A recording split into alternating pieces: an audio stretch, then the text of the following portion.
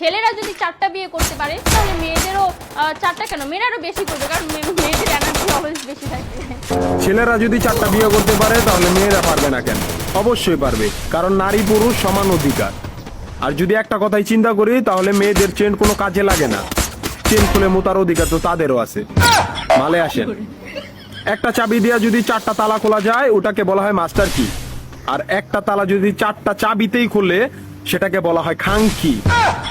ধরেন আপনি 4টা ইঁদুর পালেন, আপনার কাছে গর্ত আছে একটা, বাহিরে অনেক বৃষ্টি, বুঝেনি তো ওয়েদার ডিমান্ড, এখন 4টা ইঁদুরের একসাথে গর্তে ঢুকতে হবে, তখন আপনি কি করবেন?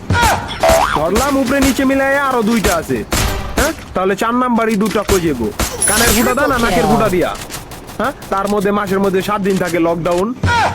আমি মানি, আমি না শুধু সবাই মানে, মেয়েদের অনেক পাওয়ার, মেয়েদের অনেক এনার্জি। তাহলে দেশের মধ্যে ঘন ঘন লোডশেডিং হয় কেন?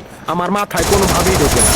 একটা ছেলে যদি 4টা বিয়ে করে, 4টা ঘরে যদি 10টা সন্তান থাকে, তারপরও বাপের নামে একটাই থাকবো।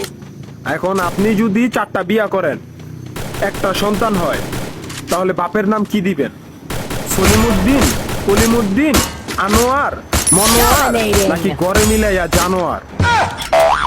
আপনি কি নারী না ঢাকা শহরের লোকাল গাড়ি? 30টা সিট ফুল, 20 জন দাঁড়ানো, তারপরও বলে পিছনে সিট খালি, ওঠেন তাড়াতাড়ি, পিছনে সিট খালি, ওঠেন তাড়াতাড়ি। শুধু এই সমস্ত মেয়েদের কারণে পুরা নারী জাতির সম্মানহানি হয়। আমাদের উচিত সিটি কর্পোরেশনের কুত্তা মারার ইঞ্জেকশন দিয়া এদেরকে মেরে ফেলা, যাতে এদের জন্য অন্য কোনো মেয়েদের কেউ খারাপ নজরে না দেখে। মারানি কোনানকার।